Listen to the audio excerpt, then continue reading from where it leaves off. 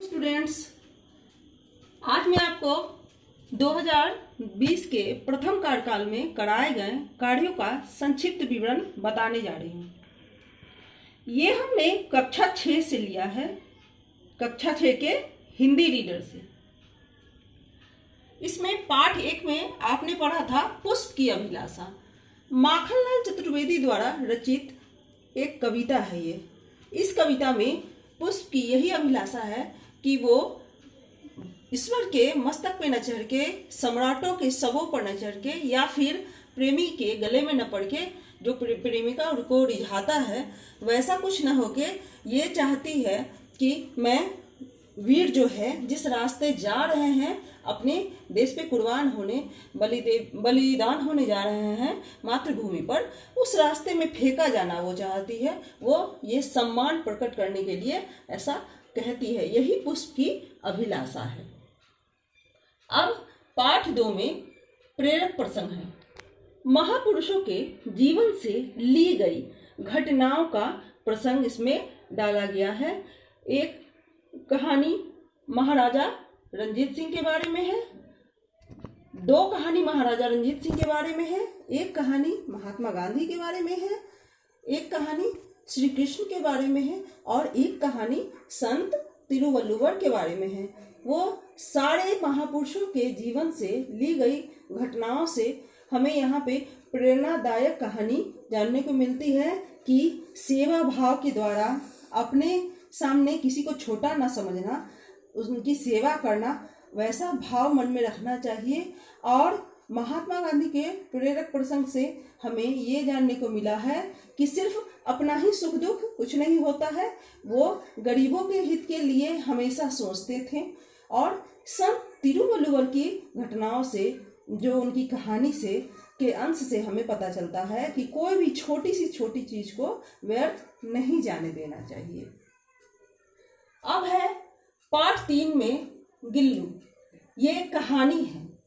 प्रसिद्ध कवयित्री एवं लेखिका महादेवी वर्मा द्वारा लिखित एक कथा है ये। इस कहानी में उन्होंने एक गिलहरी गिल्लू, जिसका नाम उन्होंने रखा था, उसके बारे में बताते हुए उन्होंने कहा है कि वो छोटा सा जीव जो था वो भी प्रेम प्यार की भाषा को समझता था, प्रेम प्यार और समर्पण की भाषा को वो समझता था। उनके बीमार होने पे वो किसी सेविका की तरह उनके सर के पास बैठा हुआ जैसे लग रहा है कि वो उनकी सेवा कर रहा है और उनके दुख से वो दुखी होता था।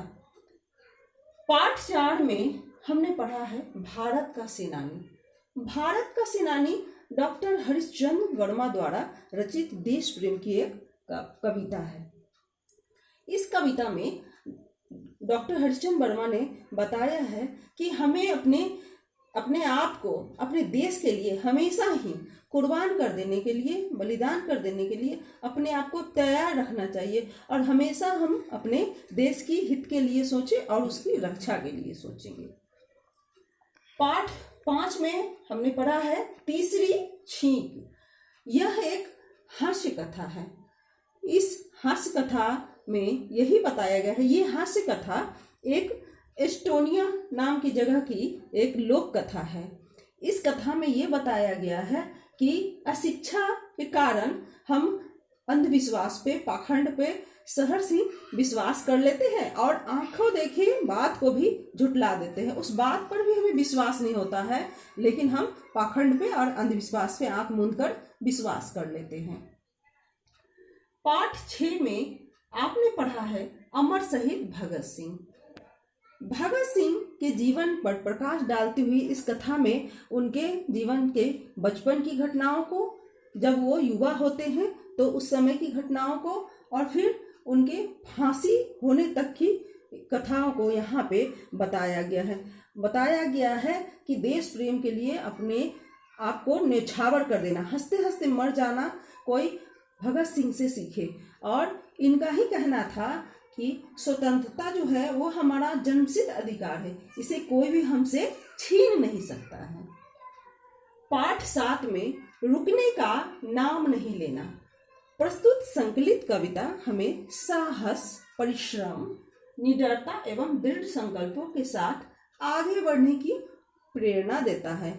यहाँ पे कहता है कि हमें आलस्य को छोड़कर, डर को त्याग करके, निर्भीक होकर, निर्भय के कारण निर्भयता के साथ आगे बढ़ते रहना चाहिए, तभी हम सफलता को प्राप्त करते हैं।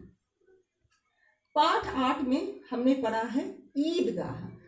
ईदगाह हिंदी के विश्वविख्यात कहानीकार मुंशी प्रेमचंद द्वारा लिखित इस कहानी में बालकों के स्वभाव का सुंदर चित्रण हुआ है। हामिद और बच्चों की तरह मिठाइयाँ और खिलौने न खरीदकर अपनी दादी के लिए लोहे का चिमटा खरीदता है। यहाँ पे हामिद का स्वभाव और अन्य बालकों के स्वभाव को मिलाया गया है। अन्य बालक जहाँ खिलौने खरीद रहे हैं, पैसों से मिठाइयाँ खरीद के खा रहे हैं, वही हामिद जितने भी पैसे उसके पास है, थोड़े से पैसे, उस पैसों से वह ललचाता भी है, फिर भी न मिठाई खरीदता है और न वो कोई भी तरह का खिलौना खरीदता है। वो क्या खरीदता है?